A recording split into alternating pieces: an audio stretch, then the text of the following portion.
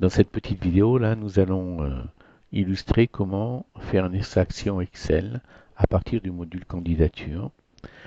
Ce module candidature va dès qu'on le lance, nous permet de choisir l'établissement si ce n'est pas initialisé par défaut, donc ici l'Université des sciences et techniques, de choisir, je ne l'ai pas dit, mais une des campagnes ou toutes les campagnes, on prend toutes les campagnes ici, ouvertes cette année. On va choisir la composante faculté de pharmacie, de médecine, de sciences et techniques ou d'ISA de l'USCTB, si je vais prendre pharmacie. On a la possibilité de choisir une sélection sur les premiers, deuxième ou troisième vœux ou sur tous les vœux confondus, en fonction des niveaux de formation et en fonction des résultats, si c'est par exemple toutes les candidatures qui sont en cours d'études, en attente de règlement des frais de gestion, ou si ce sont celles déjà acceptées, confirmées ou refusées.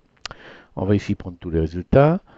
J'ai la possibilité de choisir une des populations, auditeurs libres, candidats libres de moins de 26 ans, candidats libres de plus de 25, etc. etc. Et là, je ne vais pas faire de choix, je ne choisis aucune population parce que lorsque je vais faire la sélection, je vais avoir 329 pages de candidats, tout choix confondu. On voit tout de suite que si je restreins le choix au premier vœu, eh bien, lorsque je vais faire la sélection, je vais tomber sur 54 pages seulement. 54 pages de 2, 4, 5 candidats ici. Donc, un peu plus de 270. Enfin, ça fait oui, environ 270. La dernière page est certainement pas complète. On le voit ici.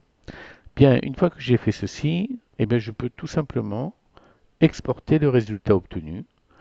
Et ce résultat obtenu va me produire un fichier Excel que je vais pouvoir travailler, faire des statistiques.